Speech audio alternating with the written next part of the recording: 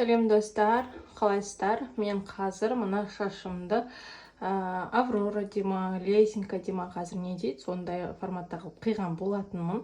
Енді шашымның ұзындығы бір өзіме ұнамай ма, білмеймін, бірдеңесі бар. Сонымен өзім қазір мына мен бір келкі етіп қияйын деп тұрмын. Ең қысқасы осы, осымен былайынан қиып тастаймын. Ал кет.